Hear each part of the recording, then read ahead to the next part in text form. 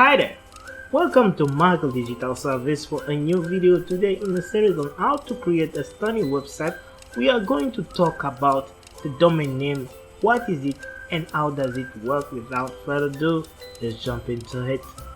A domain name is a memorable address of your website instead of the digit number provided by the DNS or domain name system. You have the possibility of having a name to represent your website like michaeldigitalservice.com.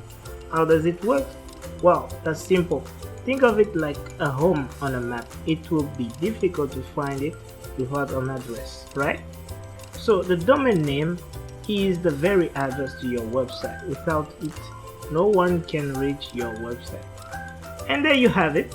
If you are ready to choose a domain name, here are some links for online best domain name provider that you can choose from, and when you choose it, I will see you in the next video. Take care. Bye.